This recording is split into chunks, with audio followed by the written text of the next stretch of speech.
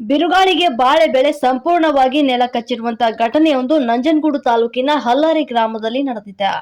10 ನಿಮಿಷಗಳ ಸಮಯ ಬೀಸಿದ ಬಿರುಗಾಳಿಗೆ ಬಾಳೆ ಬೆಳೆ ನಾಶವಾಗಿ ಹೋಗಿದೆ. ಗ್ರಾಮದ ರೈತರಾದ ಬಸವರಾಜ್ ಎಂಬುವರು ತಮ್ಮ ಜಮೀನಿನಲ್ಲಿ ಸುಮಾರು 1.20 ಎಕರೆ ಪ್ರದೇಶದಲ್ಲಿ ಬೆಳೆದಿದ್ದ ಬಾಳೆ ಬೆಳೆ ಸಂಪೂರ್ಣವಾಗಿ ಮುರಿದು ಬಿದ್ದು ನೆಲ ಕಚ್ಚಿದೆ.